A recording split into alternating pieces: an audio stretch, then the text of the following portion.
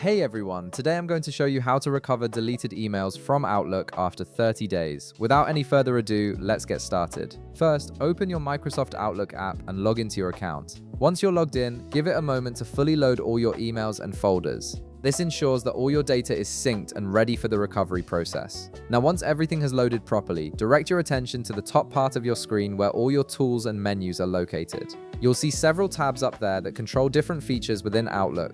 Look for and click on the Folder tab. This will open up your folder menu, which contains various options for managing your email folders and their contents. After your folder menu opens, you'll need to locate the Cleanup section. This is where Outlook keeps its maintenance and recovery tools. Within this section, you'll see an option labeled Recover Deleted Items. Go ahead and click on it.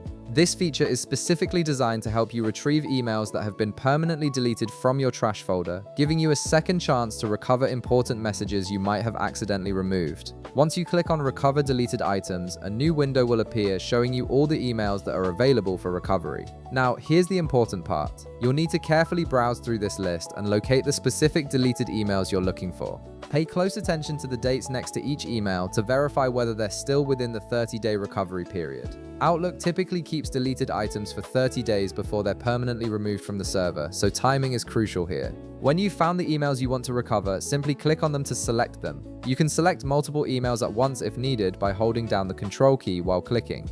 After you've selected all the emails you wish to restore, look for the Restore Selected Items radio button at the bottom of the window and click on it to set your recovery action.